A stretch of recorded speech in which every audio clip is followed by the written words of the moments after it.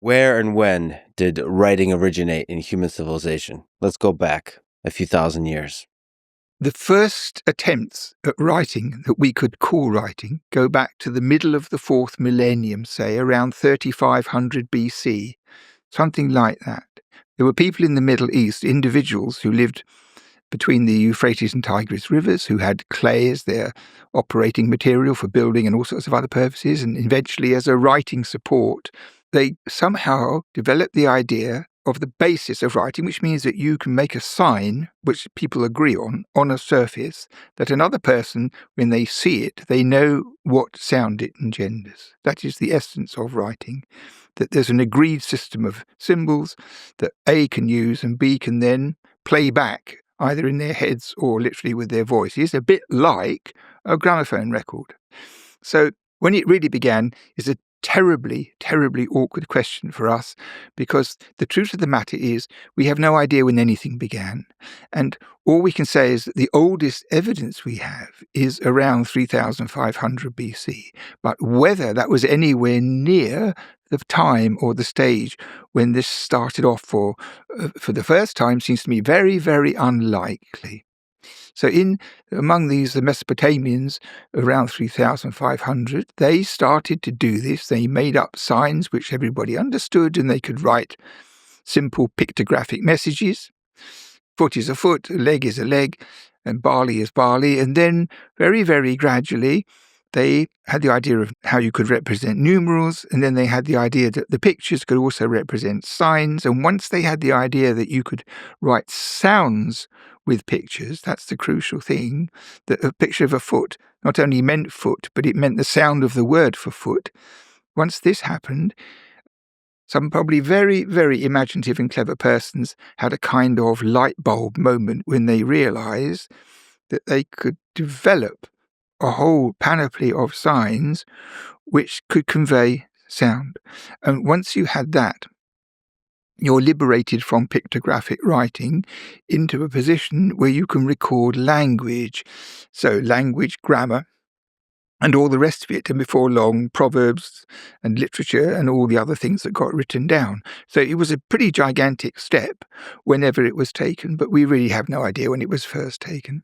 But the first evidence we have presents a sort of clearish sort of picture. It was simple and it got more complicated, and then it became magnificent, so that with all the signs, a fluent and well-trained scribe could not only write down the Sumerian language, which was one of the native tongues of Iraq, or the Babylonian language, which was the other main language of Iraq, but also any other language he heard. So if somebody came speaking French ahead of their time and spoke out loud, he could record with these signs the sound of French. And we have examples of funny languages in the world around in the Bronze Age, which were written in cuneiform purely by ear. And often, sometimes the scribes who recorded by dictation or by something wrote stuff they couldn't understand, but somebody else could read and understand it. So what you have is, long before the alphabet, when the alphabet was not even a dream, complex, bewildering-looking, off-putting writing system, which was actually very beautiful and very flexible, and lasted for well over 3 millennia, probably closer to 4 millennia. And it took a long time for the alphabet, which anybody would say was much, much more useful and much more sensible, to displace it.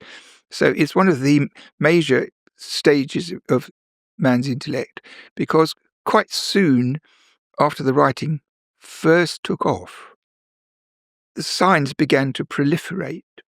And someone said, hey, we haven't got a sign for this sound, or we haven't got a sign for this idea.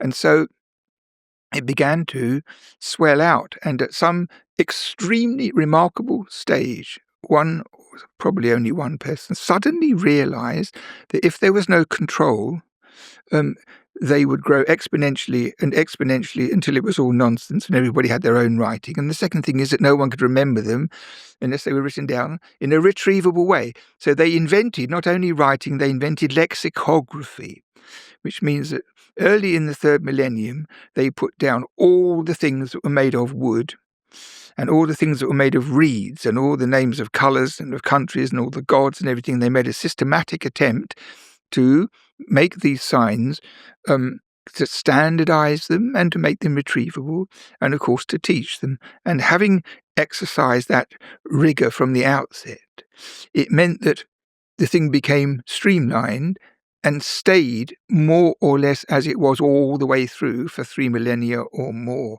because the stamp put on it by those early visionaries, not only who came up with the system and how it would work, but to preserve it and to safeguard it, was fantastically effective.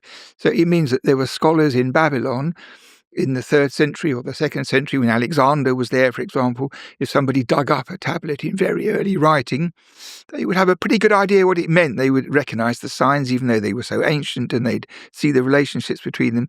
So you have a fantastically strong system where the spinal cord was structured in a lexicographic regular system. So lexicography and what the signs were was jealously safeguarded and protected, and it lasted fantastically.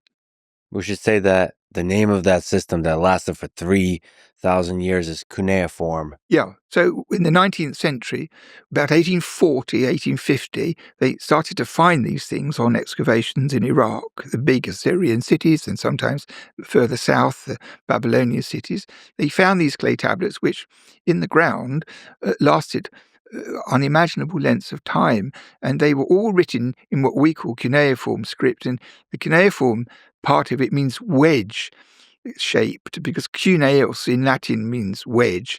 And when they first saw these signs, they realized that a cluster of marks broke down into different arrangements of triangular shapes. And that's most clear on the Assyrian reliefs, where the writing is very big, and you can easily tell that they were that shape. On a tablet, the wedge is not quite so predominant.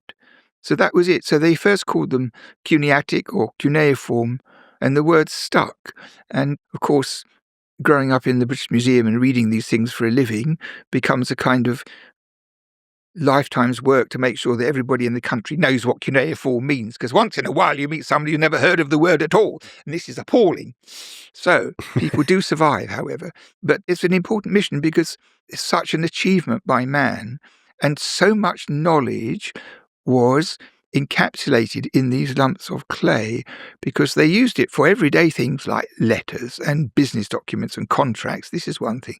And then the kings wrote long, elaborate accounts of their campaigns and their military activities. And then there was proper literature, belles lettres, and magic and medicine, and all other genres of literature that we would naturally list on a sheet of paper in alphabetic writing, what you would use writing for. They basically did.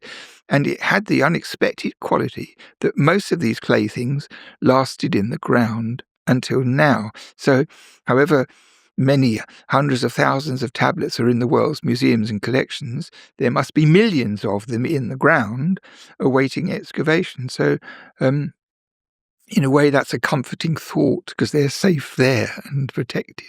You've said that the development of cuneiform, of these tablets, of written language is one of the greatest, probably the greatest invention in human history. How hard do you think it was to come up with this? And we should make clear that that very specific element of encoding sound on the tablet, that's the genius invention. Drawing a picture makes sense. Okay, here's, barley, here's the sun, here's whatever, the actual object. Exactly. But to actually write down sound is a genius invention. Well, I think it's rather paradoxical, because the first generation or so of tablets that we have are written in these pictographic signs, where each sign means what it looks like. So this is a very limited method of recording messages, and it doesn't lend itself to recording grammar. And then the secondary phase, as we understand it from archaeology, is the perception that you could take these signs, still meaning what they look like, but also what the words sounded like. So then you have all these wonderful ice cubes which express all the sounds of the language, from which you can record words and grammar and everything else. Now, the thing is, the received law from Assyriology is that it was that way round, that first we had pictures and secondly we had sound. Well, I have to say, I find this very hard to believe, because if you had a group of people in an environment where it was compellingly necessary to make a system that you made marks on a surface which everybody could understand and use, why wouldn't you start out with signs that made sounds? Because everybody speaks the same language, right? So they didn't have A, B, C, D, E, F, G, but they could easily work out all the vowels and consonants without naming them as vowels and consonants, but the component parts. So they could have had signs that started out, because if you decided we have 26, let's say they had 50 signs that would create the sound, they could write anything without any further trouble. So I find it very bewildering that they started off with the least flexible and the least adaptable system of pictographs, and then they moved on to the sound. I don't know why they bothered with it. And my hunch is that the archaeological evidence that we have on this score is ultimately misleading, because I think that probably for a very, very long time before the Sumerians, people in the world of what we call the Middle East, were in contact, they traded, they probably even had wars, and they had messages between them. And I think there was a long-running system of communication between people who didn't share a language, for whom pictures would suffice. So if merchants come and they have 3 sheep to sell, so they draw 3 little sheep, you know how much it is and what they are and so forth. Yeah. And so I think that what happened with the Sumerians, with their pictographic signs, is that those signs are right at the end of a very, very, very long period of time when somebody thought, what we can do is take these stupid, inhibited, no smoking signs and write language. Yeah. That is what I think happened. That's what I think happened. Is this a controversial statement? Highly controversial. Highly controversial. Many Assyriologists would leave the room. Yeah. But I'm not scared of controversy because it's natural. I mean, if you think about it, it's natural, because you don't have to have an alphabet to divide your word into sounds. See, for example, in Sumerian, you have a funny system of writing. You have a root, like do, which means to go. And then you have prefixes, like e or mu or ba. And one's a passive, one's an active, and this.